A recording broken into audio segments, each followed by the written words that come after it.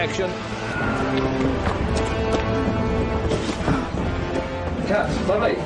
Hi. Welcome to our new blog. This time, we thought we'd talk a little bit about 3D. Get a good look at your opening shot. Oh, yeah, okay, there you go. Just arm in a little closer. Just watch your back. Hi, I'm Angus.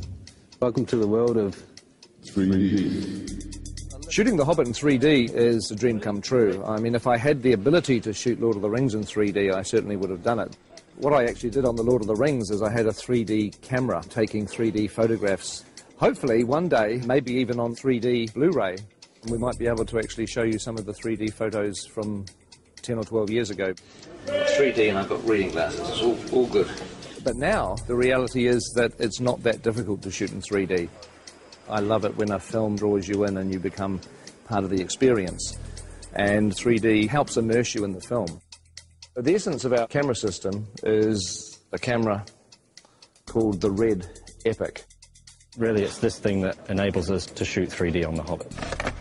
But of course, to shoot 3D, you actually need two cameras. The problem that we have in the cinema world is that the lenses that we use are so large that we cannot get an interocular similar to a human's, which is the separation between your eyes. For us to get the two cameras as close together as possible, they have to shoot into a mirror. We have to use a mirror system, which is a rig that's designed by a company called Reality. one's left eye, one's the right eye. One shoots through a mirror, the other one bounces off a mirror, and so the two images are perfectly overlaid. With using two eyes, we can move the cameras apart and also, more importantly, is find a convergence point. For example, see around someone's face, just like you're looking at a friend. The convergence point is the screen plane itself.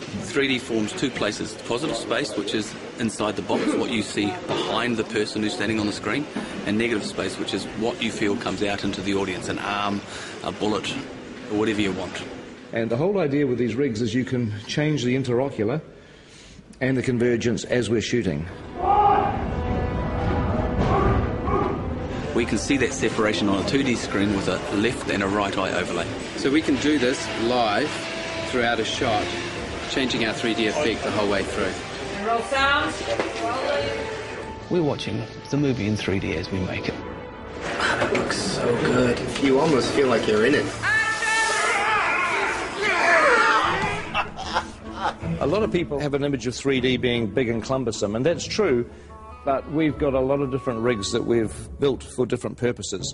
It's actually easier in this weird 3D world to have different camera systems for different uses. So this is a camera that we built to go on a crane that can move around and it never comes off the crane. This is the TS5 in a handheld mode. It's our main workhorse camera. It's light, it's small, so it allows Peter to get into very tight, narrow corridors and caves as if he would with a 2D camera. Oh, yes, yes, yes. You know, mobile camera work has always been very important for the films that I've made, and the last thing I wanted to do when we went to 3D was to restrict or change the shooting style. So with the camera doing the help as well, you don't need me to do much. It was very important for The Hobbit that we feel like the same filmmakers have gone back into Middle-earth to tell a new story. We're shooting at the same speed as you'd shoot 2D. Dollies, cranes, Steadicam, we put it on the shoulder and we shoot handheld. The same as we would always shoot a movie. Of course, once you've got 3 or 4 cameras for main unit, you need 3 or 4 cameras for second unit, which is 8 cameras, which is really 16 cameras. This is the world of the Hobbit camera department. We have 48 Red Epic cameras, and they're on 17 3D rigs. This one's called Walter, which was my grandfather. This one's Ronald, my uncle. Emily was Fran's grandmother. Perkins was actually Fran's dog. Witchy Poo, Frank, Bill is my dad. Fergus is the name of one of our pugs. Tricky Woo, that's the name of Pekingese. Stan is another one of our pugs. There's cameras called John and Paul, George and Ringo, who are not relations of mine. Are we having fun? Yay! We're not shooting film, we shoot digitally. We shoot onto these cards, which slot in the side of the camera. And each one of these is 128 gig. On top of that, you're shooting at 5K resolution. A very sharp, clear image. Needs like a chart, but, you know, like 5K's there, 4K's about there, and then your 1080, Home TV is down here, so it gives you sort of an idea of the amount of information that we're actually capturing on these. Let's do another one of those. 48 frames, yes. Yep. We're shooting The Hobbit at a higher frame rate, at 48 frames per second, which is twice the normal 24 frames. The human eye sees 60 frames a second, so 48 frames is more of a natural progression toward giving the viewer what they would actually see in the real world. The people who have seen scenes of The Hobbit at 48 frames a second often say that it's like the back of the cinema has had a hole cut out of it where the screen is, and you're actually looking into the real world. Once you add stereo, and it gives you that extra ability to control depth, you can devise ways in which it can become part of the storytelling of the film. For instance, in Mirkwood, we really play on the fact that it's a forest that's kind of hallucinogenic almost. It draws you in. It makes you part of it, and you may never get out. What we want is just to stay where you are and then... Stay back! Stay where you are! Mirkwood is a big forest, and it's full of vines and sinister-looking trees, I suppose you'd say. It has a lot of things hanging down, a lot of things coming from all sorts of angles, and it helps us with the 3D to be able to push into that and try and get the audience to feel that they're actually trying to move into the forest with the cameras and give it that dark and look-over-your-shoulder feeling. Colour-wise, with the red camera, tends to eat colour a little, and so we add more colour.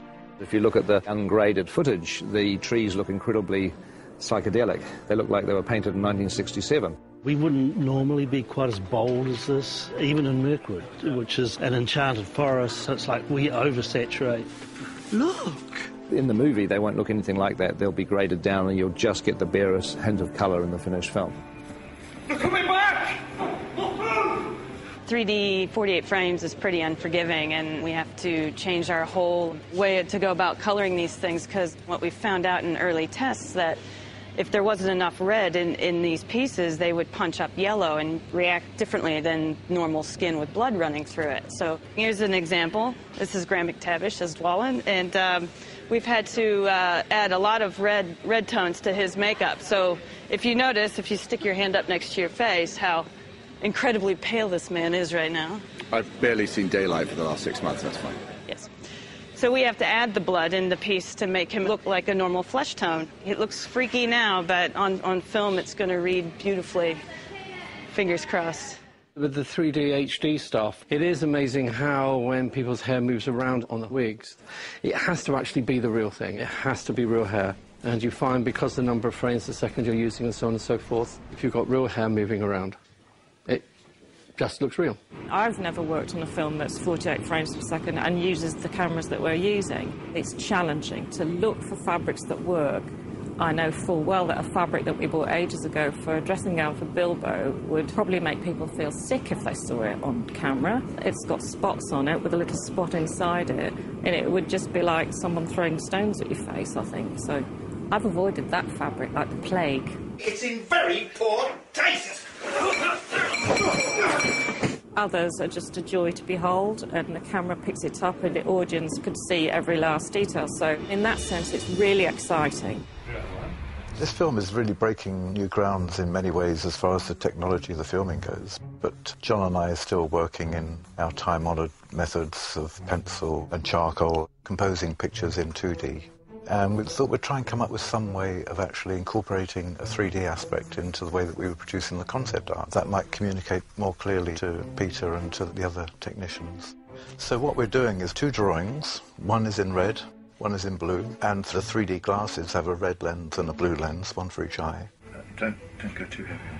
This is probably the first serious cinema production where the actual concept art has been done in 3D.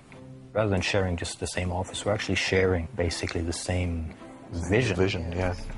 There's been a bit of a tendency for me to take on the blue, and obviously, you know, sitting on the right-hand side of the picture, it's easier to actually get your head around the left side. It doesn't make sense when you try and explain it like that. It's a huge help for Peter because we're actually proposing the full depths. I mean, it means Peter has to wear glasses when he looks at our art, but... Yeah. My God, coming at you, look at that. Woohoo! If you happen to have a pair of glasses like these at home, you should be able to see the artwork in 3D. You look great. Very three-dimensional. You've definitely improved. I know. So I hope you found this blog interesting. I know it's a little frustrating because just about everything we've been talking about you can't actually see at the moment. You can't see the 3D, you can't see the 48 frames, you can't see the 5K, but you will. December 2012, you'll finally get a chance to see what we've been talking about. Anyway, I've got to get back to set. It looks like they're almost ready for me down there. We're actually shooting today, as you can see, in a pine forest, but it's not really a pine forest. It's a polystyrene and plaster pine forest. But very shortly, we're going to be leaving the studio and moving on to locations for a few months. So the next time we see you will be from a location somewhere in New Zealand. Catch up with you soon.